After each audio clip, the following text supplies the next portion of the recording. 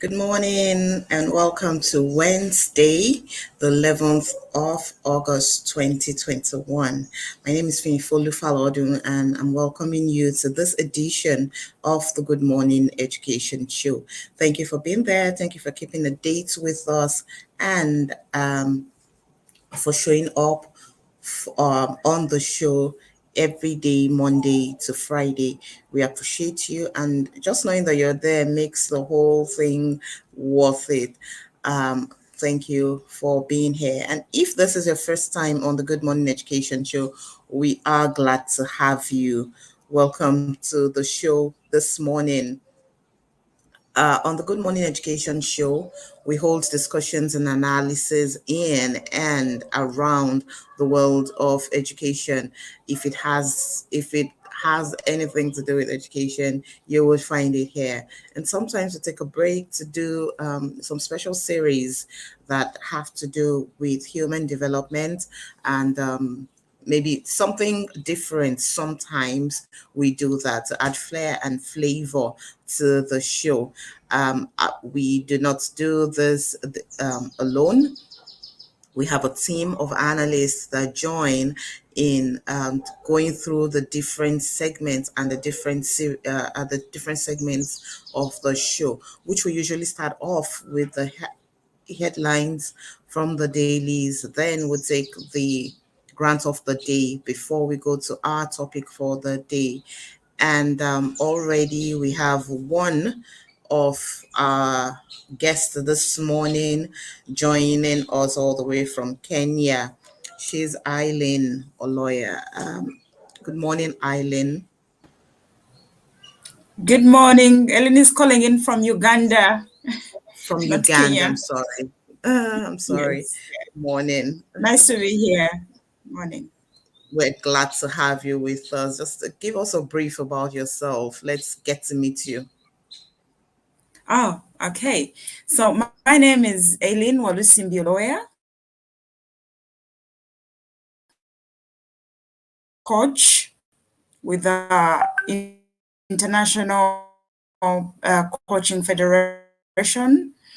I do also what we call mental fitness coach with positive intelligence.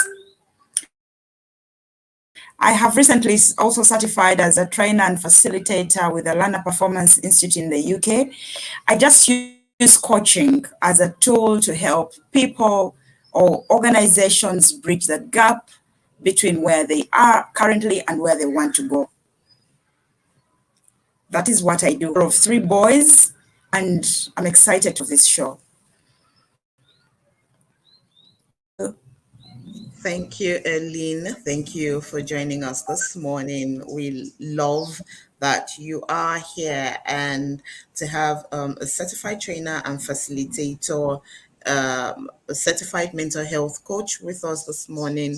Yeah, we like that you're here because we're going to be discussing things around our topic would revolve definitely around mental health, and Okay. we'll be glad to have uh, your thoughts and your comments when we get to that part of the show. Okay, so we'll be going on to take the headlines we have from the dailies this morning, and we have quite a bit, so we had better start off immediately. The first headline: Lagos Suburb empowers variation officers. Lagos Suburb, that's the Lagos State Universal Basic Education Board, recently held a workshop for variation officers to enhance their performance on the job and ensure accountability. This is the maiden edition of the program, and for the variation officers are expected to be in charge of making adjustments and identifying changes to be made. I believe that would be that maybe they will be posted to schools to perform their duties, but it's a good thing that Lagos State they set the pace when it comes to education, and this is another that we are seeing now.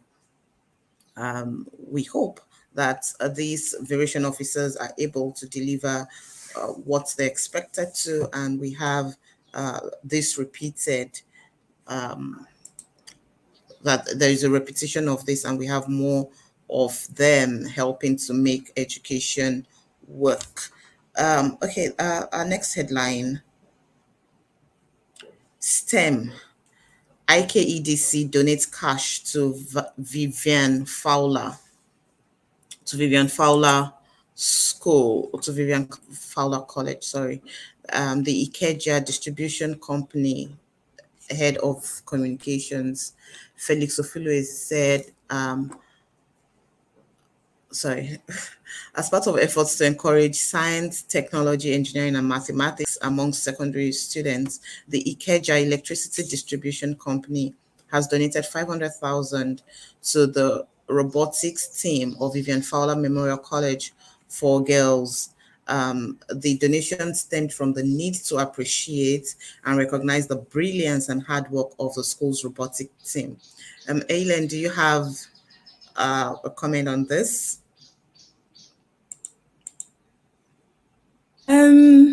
I think I like that. I'm in support of STEM all the way. Yeah, so if we see that funding is being extended to such initiatives, then we know that the sector is growing in Nigeria, and that STEM is being recognized at that level, and that's a good thing. Right.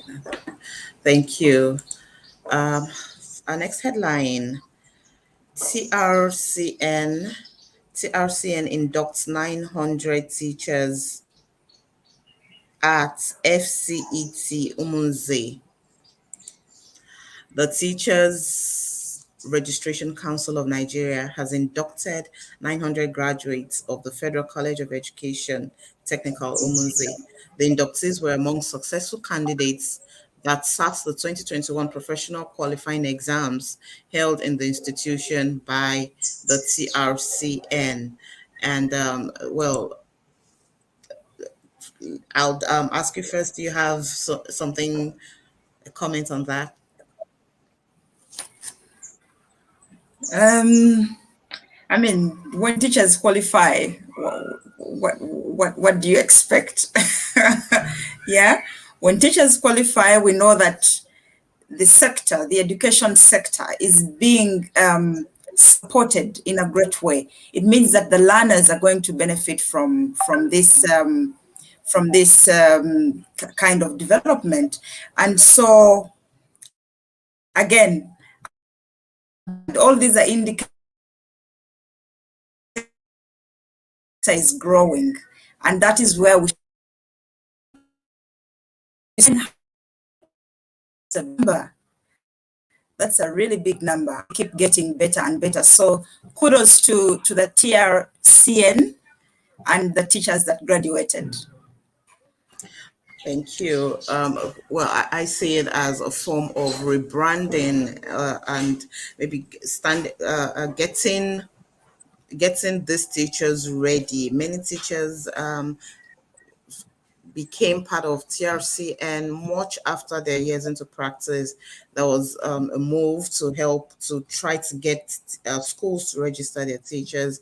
But if we're having this done at source, as they are graduating from the college, or from the College of Education, and they are getting their induction into the TRCN straight away, that really is commendable. And our next headline: WAEC announces dates for conduct of 2021 exams. Okay, so I'll just give the the details of that. The head of the Nigerian National Office for West African Examination Council has on Tuesday announced the timetable for the conduct of this year's West African Senior School Certificate Examination, WASSE, for school candidates. According to the body, the examination will run from Monday, 16th August to Friday, October 8th across the sub-regions, with Nigeria including her examination on September 30. So for everyone who is affected by this or who has a child, a ward, a cousin, a niece, whoever you know that will be sitting the WASE exam, please let them know that, well, a form of timetable is out and they need to keep in touch with that. Thank you. Our next headline: US-based businessman accuses school of assault, petitions Anambra government.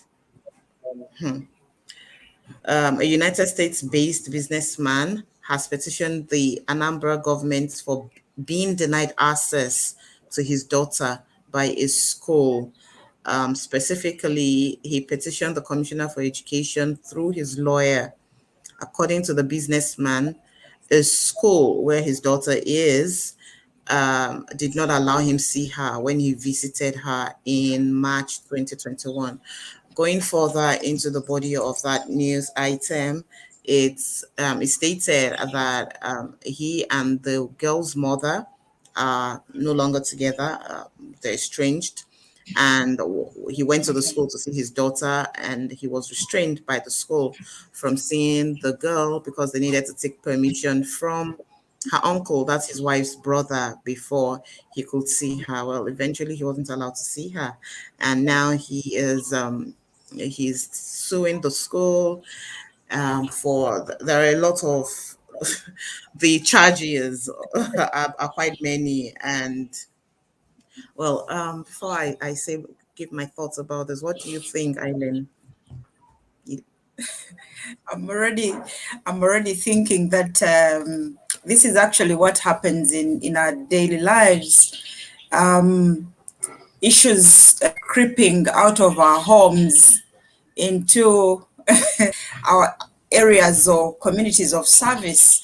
In this case, you can see there's a battle probably going on between this and the wife, and in the process, the child is affected. So schools have regulations, I'm sure about that, and he needed to. I think he needed to observe the regulations. Does the school mention why they didn't let him see his daughter? Well, they said just that they have the rules, and for somebody who did not drop a child will not be given access to the child. Who didn't drop the child in Meaning school that will not school, be given access to the child. yeah, the school is doing its job to protect the child. Okay. So I don't know where this case would land, actually, but has always been law. Yeah, but if I'm thinking, if I was the principal of that school, if you're not signed up as a recognized party to my child, I wouldn't let you access the child. But again, I don't know what else is in that story in regards to, when I don't know what the mother thinks, what they have agreed at this point of their divorce process, or whether the child or father should have access to their child and all of that. I I don't know, but I like that the school took action. If you're not rightfully supposed to see the child, then we wouldn't let you see the child. So for me, in terms of protection, the school has done well. Thank you. Going through that news item, I felt for the child because in this case now, she is the grass and the trees and everything that is affected when two elephants Yeah. are fighting. The father states, or the father stated that the school knows him. He had been visiting her alongside the mother and had been taking Okay. things for her and other pupils before he had this Okay. fallout with his wife. So it just feels Okay. like, well, it's a way to get back at him. and they've probably just given the school the standing order, like he's not allowed access to this child anymore. But in the process of, well, the mother and it's very interesting to me that all through the body of that news, nothing, the mother wasn't quoted, the mother was only mentioned as her brother was being awaited to give permission to say that. So where was the mother in all of this? What role is she playing in all of this? And most important to me, yes, the child needs to be protected, but are we also thinking about the emotions of that child? How would she feel knowing that her father is there to see her and he wasn't allowed to see her? I mean, I hope Oh, she didn't witness it. I hope she didn't yes. see what happened. Maybe just heard about what happened while the adults sort out their problems. Still put this girl's best interests at heart in all they I do. heard. And I feel you say that. And sorry, my comments are coming. I haven't even read the article, but I'm trying to gather information from what you are sharing. And now I'm thinking that if the couple is undergoing such duress, then maybe the timing was for this gentleman to don't go to the child's school, because if things are not yet even, is not yet flowing the way, husband and wife would like it to flow, then probably left that visit, unless it was a very, very crucial visit. But there's something going on. The relationship is troubled. And so I don't know, but I still feel that if the instructions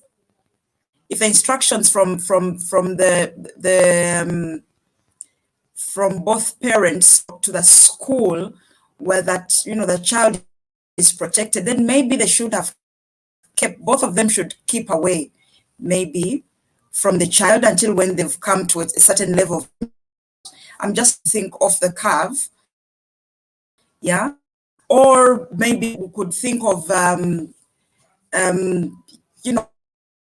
a sober meeting between the parents first and the school, maybe to explain and therefore come up with ways of handling it in line with the child. But if the fire is going on outside the school will not know what to do. Yeah. So I don't know how what is the school? I would love to hear what the school has to say about this. Well, Because if they've been seeing the parent over time coming to the child, then why did they refuse them at the last minute to see their child? okay, well, whatever the adults are deciding, they should just ensure that this girl's best interest is in the center of Is whatever the yeah, decision is. Yeah, and moving on to true. our next headline. Rescued 4-year-old kidnapped victim gets scholarship to university level. Um, Benue State Governor Samuel Autumn has given a 4-year-old kidnapped victim scholarship from nursery to university level. The boy was kidnapped from Ochori village in Konshisha local government during the communal crisis in the area. The boy was released after the governor issued a marching order to the chairman of the local government and other stakeholders in the area to ensure his release. Um, what's your thoughts on this? Rescued 4-year-old victim gets scholarship. Good thing. I mean, he was rescued. He should be going back. He should be reinstated back in school. But I think that his mental well-being should also be catered for within that scholarship, whatever nature of scholarship it is. He should be supported to overcome the trauma that he experienced. 4-year-old, I'm thinking they'll start school at about 5. Yeah. or are they already in He might nursery? have he might have started school already. It depends on the Okay. parents and maybe the school he's in. He might have started school already, but What do he's you getting think? What do you possibly scholarships. think? Mm, Yeah, he's getting scholarships from the nursery to the university. I wished that he was getting the scholarship on different grounds, not because he was kidnapped and released. It's like breaking a glass and then gluing it mm, together. Yes, it could come back together as a cup, as a glass cup, but the cracks are there. The scar is there.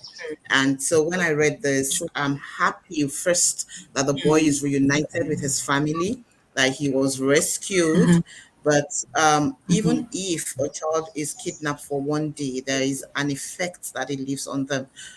Those Of children may have course. trust issues for the rest of their Yeah. lives or for a long time. They might have the phobia for going out. There are a lot that could have happened. So, yeah, I'm happy he got the scholarship. I'm happy he was rescued, but I wished he got the Mm, scholarship under different circumstances. hmm. All right. Well, let's take our next headline. Early diagnosis helps in managing autism, says experts. The chief executive officer of Guarantee Trust Holding Company has led an autism awareness campaign to sensitize parents and caregivers on better ways to care for children living with the disorder. In his Hmm. remarks, he stated that the organization was committed to leading the conversation to draw attention to the needs of children living with autism and providing support to parents and caregivers. What's your take on this? I think that is a good thing. Creating awareness around autism is a big thing. In the past, parents have been struggling with these children, not knowing what their problem is, number one. Number two, not knowing what to do with them or how to fully support them. So I can see this is an awareness campaign out there, and I think it is very, very welcome because if you're able to diagnose the child then early enough, then of course the kind of support you can give them to enable them to grow would be when you hospital when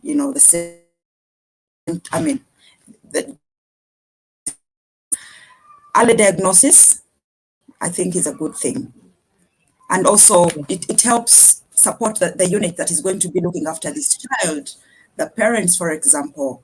It also it helps to break down the stigmatization around this whole story of autism. Yeah, so I think it's a great move. If then we know what to do, and I know of stories here in my country of children that have autism that have progressed in terms of healing much faster than they would have if they were discovered at an early stage. So I'm in support of early diagnosis. Yeah, absolutely. Diagnosing and catching it early is really good, and the sensitization is a Yes. wonderful one. I mean, I read sometime I think it was last week. I read a piece where someone was talking about his diagnosis as an adult, as his autism diagnosis as an adult. He was just getting it as an adult. And what I saw as comments Oh. under that was shocking. I saw people saying, "Get well soon. Oh, God will heal you." And I felt it's not malaria. It's not typhoid. What? So the awareness Mm, around it is really poor. But if this is yes. if this sensitization is on and parents are aware that that child is not possessed, that child is not just being stubborn, is not village people that are after him, it's just that this is a condition that can be managed, then it's a win for the children, because yes, like you rightly said, they're able to get support early, and they're able to be put on the mend earlier. The management can start, and they can still live very full, fruitful lives. There are so many True. people who have had autism diagnosis that are global icons now. So we shouldn't. Of course. That is early diagnosis and management sensitization. Awesome, it's necessary. Yeah, and True. that's it on the headlines this morning. Yeah, we're going right into the discussion for the day. And just as we are about to take the topic of the day, in walks the man in the studio, Mr. Rotimi Eitaya. Good morning. Good morning, everyone. Thank you, Eileen. Good morning, or should I say, Coach Eileen? How are Good you? morning. Great to have you. I'm very Good, well. good, good. Yes, Thank you. welcome to the show, everyone. And then, Finn, you did not ring the bell of blessing for a while now. I don't have the bell with me, so please ring the bell. Oh, of blessing. Welcoming you to the show. All right, we're ready. I'm ready to fire up. We're talking about the man in the mirror. Well, I'm the man in the studio, not in the mirror. So, Finn, still over to you. Okay. When we talk about the man in the mirror, different things come to mind.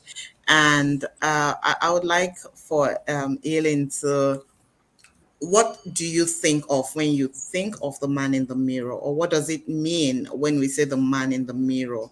Is he a direct replica? Is he when we see the man in the mirror, are we seeing a reflection or maybe a copy of the real man? Are we seeing what the man could be in future? Are we seeing regrets of the past of, oh, I could have made something better, but who really is the man in the mirror? First of all, I like the topic name, Man in the Mirror. And I'll start off by sharing with you a small story around exercises that I do as I execute my work. Now, I do what we call support women to get empowered, and we do lots of exercises. One of them is the mirror exercise, where I invite them at some point to come and look at themselves through a full-length mirror. And the experience of my experience during that exercise is some women run away from the mirror because they can't relate to the in the yeah. And then others tell you, I don't want to see myself full length. I just want to see the face. Okay. They're seeing back to what you just asked. I think that the man in the mirror should be a reflection of who you are in the mirror. But because so many things happen in our experience, you may find that actually the man in the mirror has been away from the real picture to a future picture, to a future desired state. So I think the man in the mirror should be that reflection of what you want to see. The man's reflection of what they desire to see is what should be in the mirror, because they have created it anyway. What do you Okay, think? your connection is not very stable, so yeah, I didn't know you were done talking, but we got majority of what you Oh, said. Yeah, but it definitely got what you said. It just wasn't in Okay. continuous it wasn't just in continuous sentences. Okay, so Mr. Itayo, who is the man in the mirror? Man in the mirror is the one that you see, but then not just the one that you see, because a mirror is not just a reflection. A mirror itself is a result.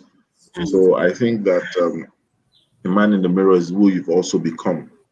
Because sometimes we choose to see what we want to see, we choose to believe what we want to believe, but that doesn't deny the reality as well. It's just like saying when people say you are rich when you are poor. It has a positive connotation, but the truth is, if you are poor, saying you are rich does not automatically mean you can walk into the store and pick up a Rolex. So it's an experience of facing reality in two dimensions: reality of the past, and then the reality of the coming future. But then when you look at the man in the mirror, if you dwell on the past alone, it means you have halted and you have taken a pause. But then when you're looking at the man in the mirror with the consciousness of the coming future, it means you are putting yourself in a readiness mode. It's almost like putting yourself in a state of responsiveness. That what you see, if it's not what you like, guess what you do? You move up, you move on, and deal with it. And if it's what you like, then what you do?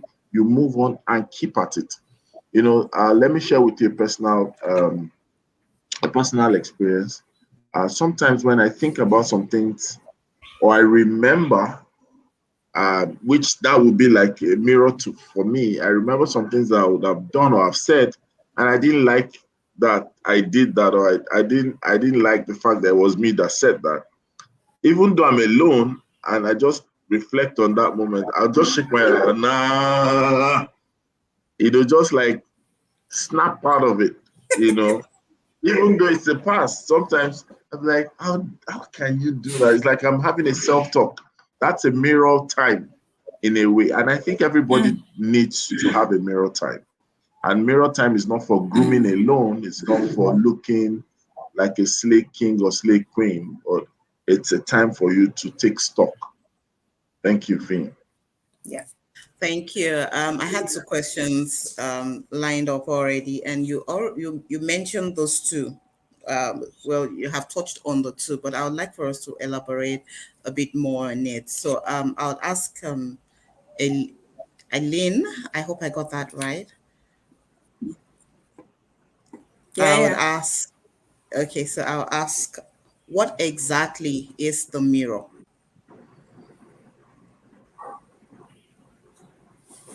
So, are you able to hear me? Yes, I can hear you. Can you see the connection? Okay. Yeah, I can hear you. Yes. So your question is, sorry, What just is take the me back to the mirror? question. Yes, what exactly is the mirror? Yeah, yeah. Thank you so much. That's a good question. So, what is the mirror? I feel that the mirror is that point that point you come to make a reflection about what Rotimi has been talking about your past, vis-a-vis where you want to go. Yeah. So it is that point of reflection. And I remember very well when I was growing up, I'll share with you an experience.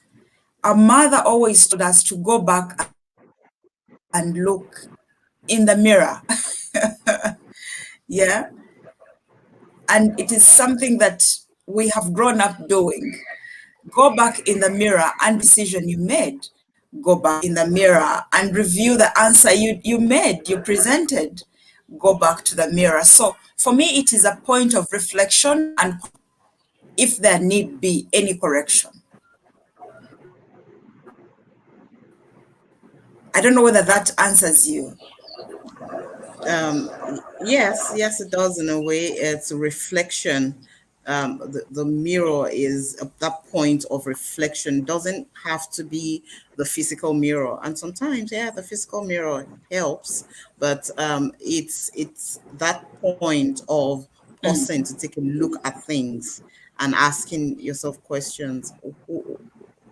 How did I get here? Or why did I get here? Or who am I at this point in my life? And I'll ask Mr. Itai the same question. What is the mirror? Yes. And I'll add another question to that. Is the man in the mirror a threat? Okay. So what's the mirror? To add to what I said earlier, I would say the mirror is also feedback, and the feedback travels across time zones.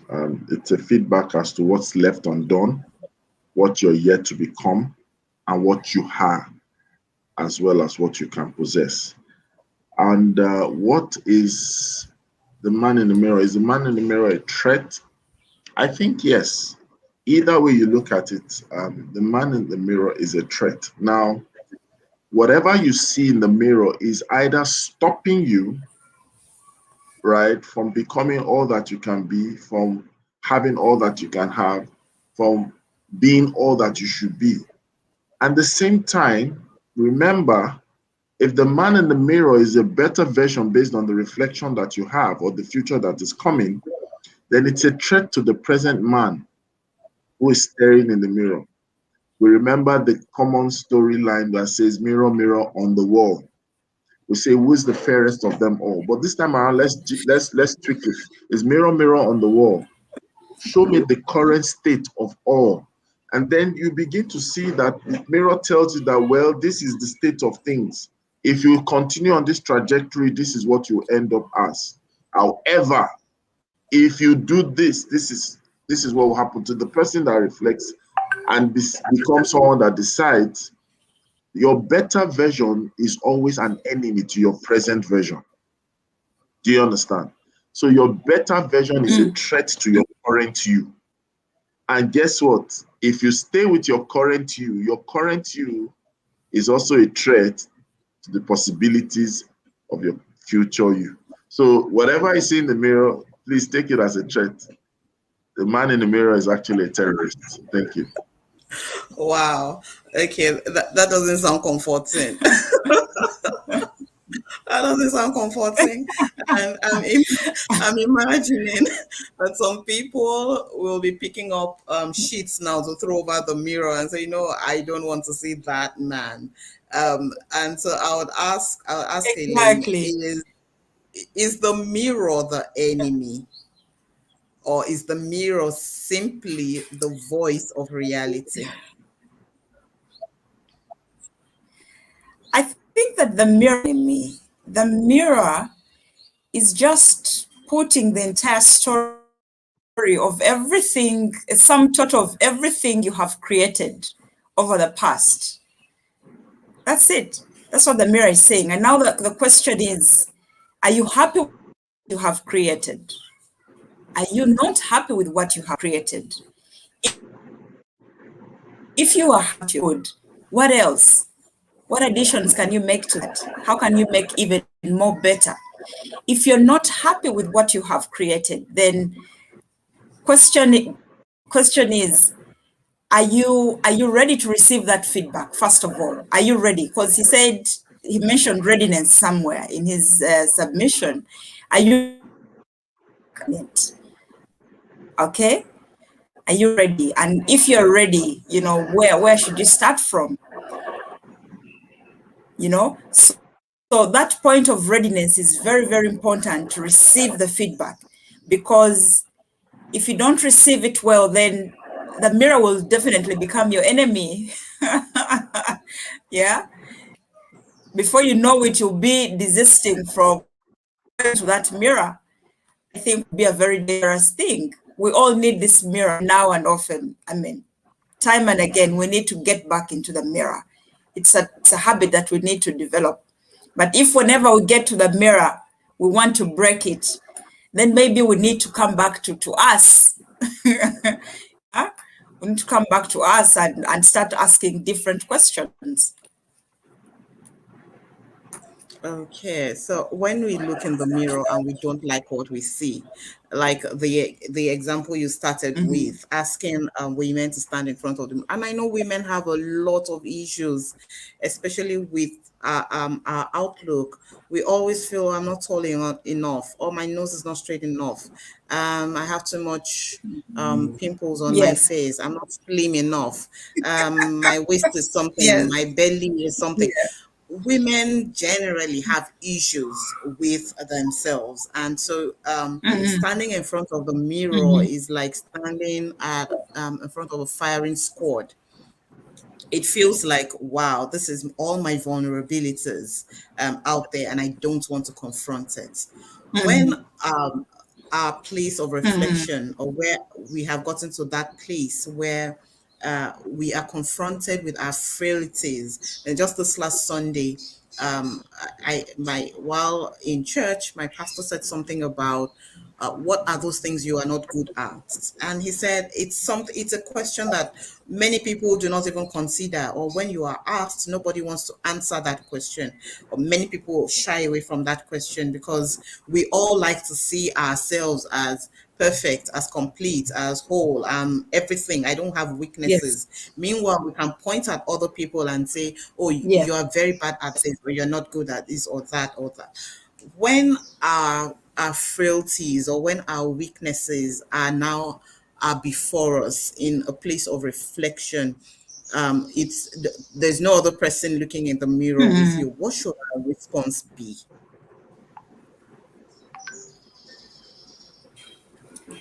Can I go for that? uh, yes, please I'm go thinking first. that What should our response our, be? our response,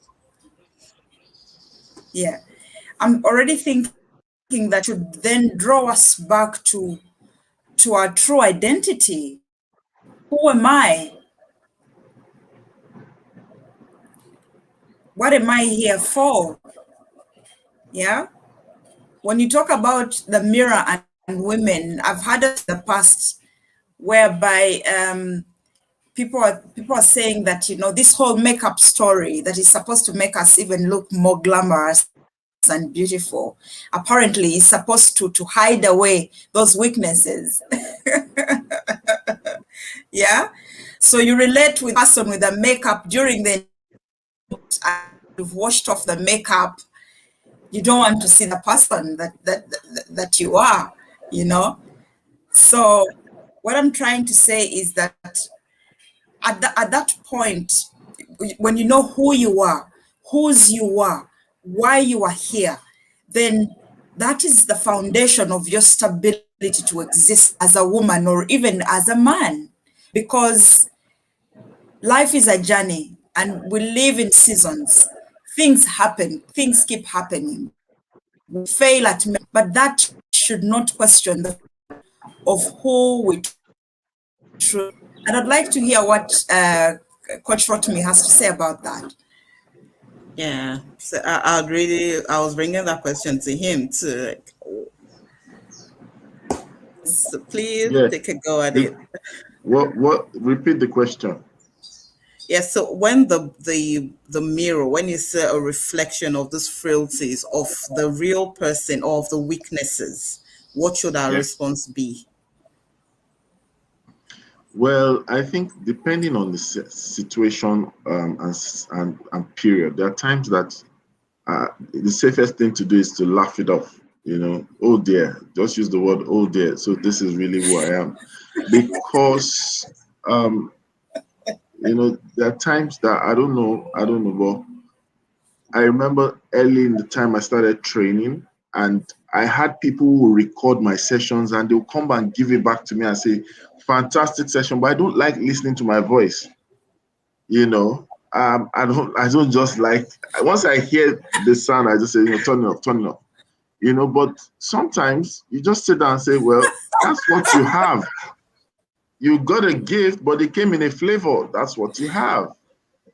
So just laugh at it. And Yeah. the reality of our vulnerability is that our vulnerability can become our personality or our signature if we use it to our advantage. So because there's always this Yes. feel when you discover your weakness, The next thing you're almost trying to do is to do what? Comparative analysis. How weak am I against ABC? How strong am I against ABC? How did I fall like ABC? You know, let me crack a joke. It's not a joke, but it's a true life story. Many years ago, you know, after you end school for the session, you come back with report cards. I don't know about you, but they used to give us what we call report cards. So we take the report cards to our parents, right? So fortunately and unfortunately, I slept off early that day. And I don't know, I think I didn't take my reports from, I left in my cousin's house. So I slept off, and when my older brother came, they saw his report, and the next day I just started hearing voices from my sleep, and it was like everybody was being scolded, blah blah blah blah blah blah. And then my mom was saying that, how can you? Look at what you got. Look at what you got. How can you? And I was just trying to figure out what exactly, because the position you come back home with matters a lot. You understand? Whether you learnt or not is not the issue. So, and my mom was like, how can you? How can you? You got 40th position. And then my brother that said, but he's not the last. That there are 4 people after him.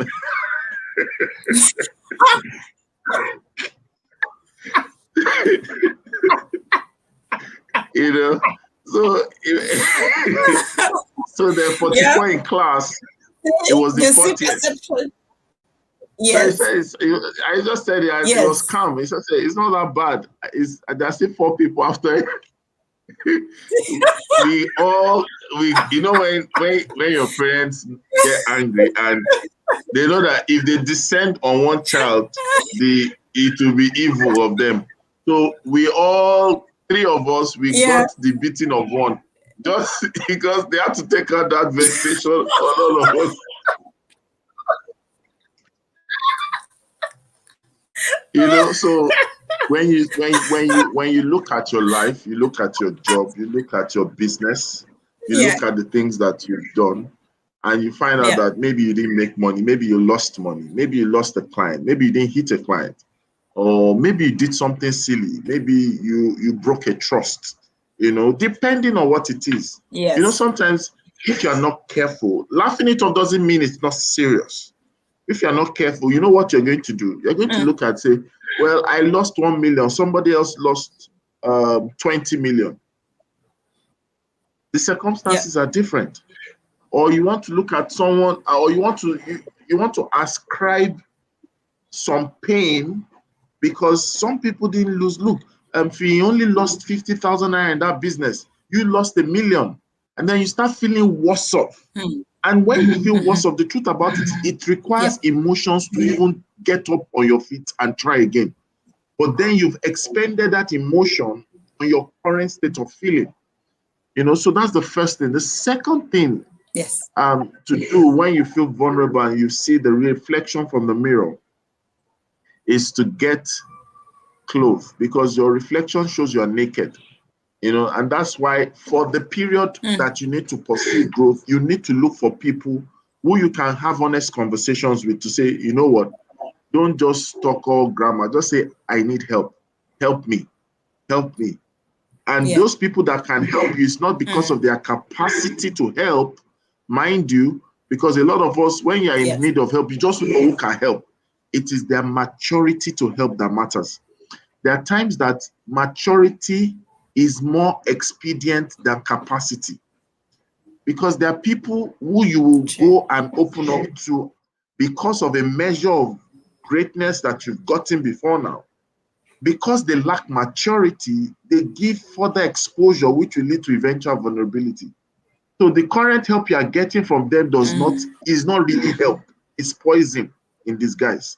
So we need people to understand this, that look for people who can help, but check for their maturity, because I should be able to speak to you, Eileen, and say, this is how I'm feeling, and you're not going to say, can you imagine? Hey, coach. You know, I should be able to. I should be able to Wow. get. I should be able to get hungry in front of Fee, and not, and I don't want Yeah. Fee to look at me and Yeah. say, "Mr. Itayo, the emotional intelligence facilitator." I should be human with her. At that time, she should not look at me from the Yeah. appellations that go with me. She should not look at the fame. Oh, this person is known in public.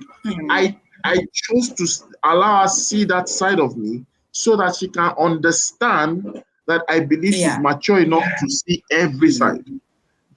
When you look at the mirror, you don't True. you don't cover up. You're naked. You're bare. And I end Yeah. with this. Yeah. When I was a teenager, Yeah. we normally go to swim, and then when we were swimming one day, a lady passed by one of my neighbors, and then she hit him while he was swimming, and he was so shocked. He thought something had happened. He said, "What's that? What happened?" She said, "You're splashing water on me." You know what the guy said? He said, "No, it is sand. I will splash." Why? Because you came in to swim. You don't expect water to touch you.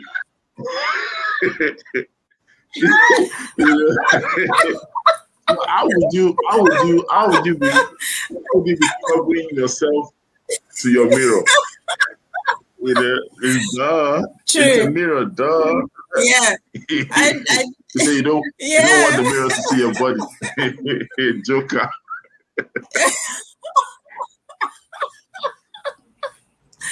You Wow. know, I like that story. I like that. And I just wanted to add on the first point you mentioned when your brother said that, well, it's 48, there are others who did so badly. Do you see where perception comes in? Yeah. Perception critical at that point. When you say that you can, it is serious. And it's a good thing. And I believe this. I believe that every event that happens, for example, this conversation that is happening, each one of us listening in is different meaning out, right? Yeah? Yeah. Our perceptions are different. And when you come to the mirror, ask yourself, do I actually believe what I see? Yeah? Get to the core of that conversation. Is this truth for me? Okay? I have lost 15 million naira. Okay? Is there a way out of this? Is there something that can be done? Can I call on somebody to help me, give me advice, get me out of this dent? So perception, because when you lose 50 million naira, some of us can decide to just go put up a rope and hang ourselves. Perception in the moment. So as we allow vulnerable, we need to also invite an audience to handle. I think we should start from the point of, I can do this. Yeah. Yeah, I can handle this. There is a way around it. Don't allow to be sunk into a situation and feel so helpless as if the world has come to the end. We've seen very, very terrible incidences and people have snapped out of them. I would show so many about my personal life story. So the thing is readiness and your perception of the entire experience as you do the reflection or as you look in the mirror. Thank you. Absolutely. And this discussion is quite profound this morning. It's really profound. And as we just wind that down, I would ask this: is the mirror the final authority? Like, is what you see in the mirror do you take that as this is final? And I'll start with Mr. Itai on that. Well, the mirror is not final authority because you don't know who put it there. If you stand and you're in front of a convex mirror, have you seen all these filter on phones? Your head looks like it looks like you're a zombie or you're an alien in a terrestrial figure. So we need to first check when you, yes, you So you might get can mean a surprised. convex or a concave. Okay, yeah. So you have to recognize that sometimes it's probably a decoy. Someone is up to something. You might be pranked by life or yourself or your environment. So watch out. First check, is this mirror the right kind of mirror? Even when you drive, you see they say objects in the mirror appear closer than they actually are. So sometimes you might need to True. take a second look and then, like you say, have the right kind of perspective. So the mirror is not the final authority, it's actually your perception and responsiveness that is the final authority. Oh, thank you. Thank you. And Elaine, I would ask this: how do we help our teams or our friends or our family, our relatives to confront that feedback that they have gotten from the mirror? We have talked about ourselves now, what we can do if we do not like the response that we're getting. Now there's somebody around us, maybe a friend who has come crying and said, oh, this is what the mirror on the wall said, and I am not liking this image, I'm not liking this. Or they even have just realized that, look, I need help in this area. What are some of the steps that we can take to help them?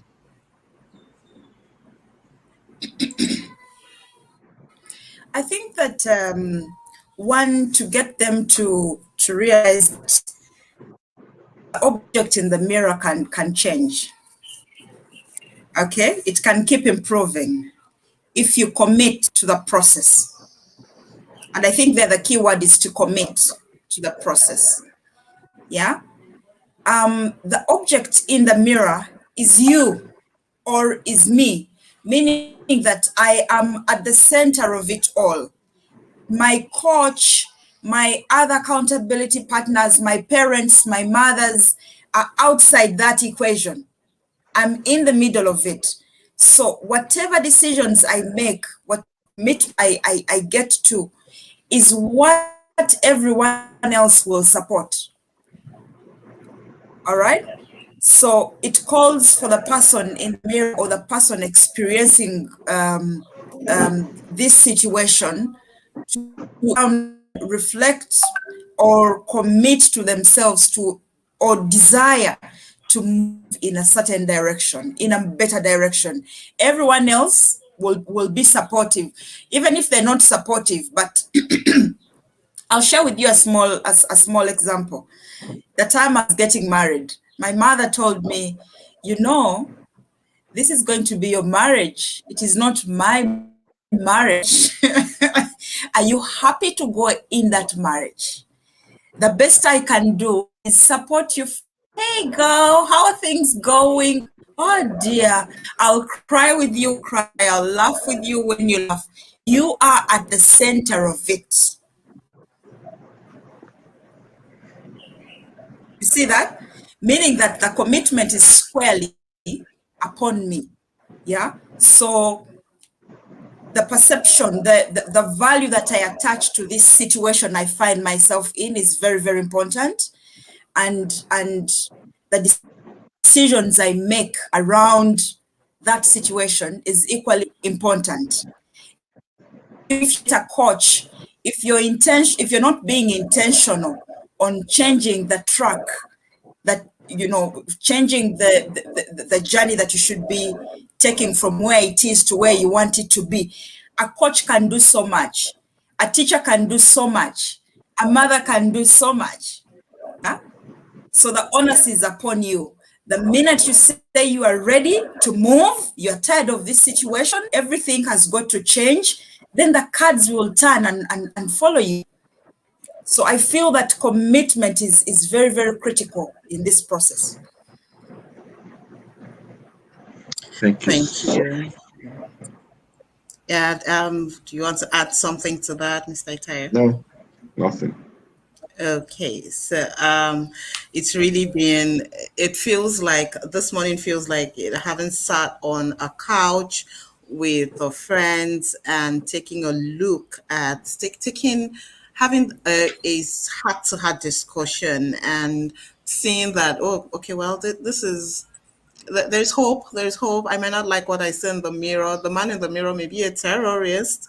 He may be a threat, but it doesn't mean that I can't change the object. It doesn't mean that I can't change what I see. It doesn't mean that if it's uncomfortable, then I just have to stay off.